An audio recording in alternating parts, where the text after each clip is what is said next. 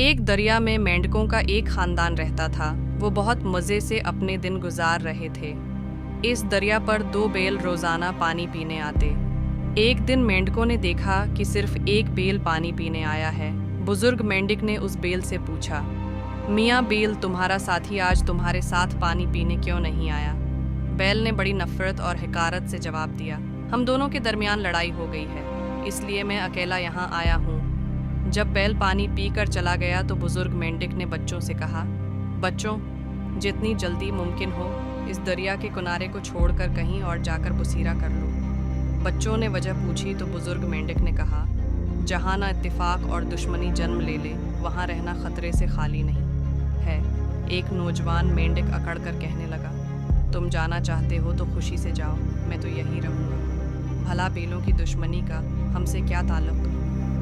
बुजुर्ग मेंढक अपने खानदान को लेकर दरिया के दूसरे किनारे पर चला गया और ना समझ मेंढक वहीं रह गया। एक दिन ऐसा हुआ कि दोनों बेल एक साथ पानी पीने आ निकले।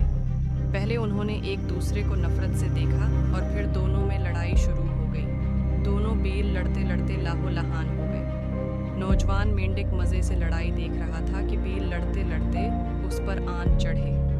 मेंढक उनके पाँव के नीचे आकर कुचला गया। मरने से पहले नादान मेंढक को बुजुर्ग मेंढक की नसीहत बहुत याद आई कि लड़ाई और दुश्मनी सिर्फ लड़ने वालों के लिए नहीं, बल्कि वहाँ रहने वालों के लिए भी खतरनाक होती है।